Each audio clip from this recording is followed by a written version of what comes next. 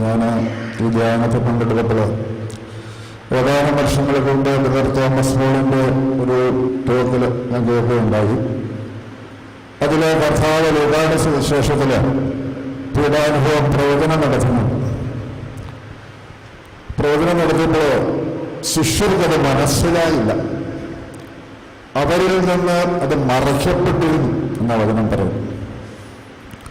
ആ വചനമായിട്ട് ബന്ധപ്പെടുത്തി കൊരിന്ത്യൻകാർക്ക് 1 ലേഖനം 2 അധ്യായം 9 വാക്യം പലപ്പോഴും നമ്മൾ ശുശ്രൂഷകളിലൊക്കെ പറയാറുള്ളതാണ്.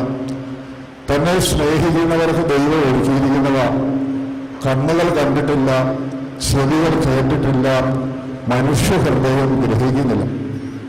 അപ്പോൾ എല്ലായ്പ്പോഴും നമ്മുടെ ധ്യാനത്തിൻ്റെ ആത്മീയതയുടെ അടിസ്ഥാന ലക്ഷ്യം ദൈവം നമ്മെ സ്നേഹിക്കുന്നവർക്ക് ഒരുക്കിയിരിക്കുന്നവ കാണുവാൻ തക്ക വിധത്തിൽ നമ്മുടെ ഹൃദയങ്ങൾ തുറക്കപ്പെടണം, നമ്മുടെ കണ്ണുകൾ കാണണം. നമുക്കൊരു പുതിയ ഹൃദയം ഉണ്ടാവേണ്ടിയിരിക്കുന്നു.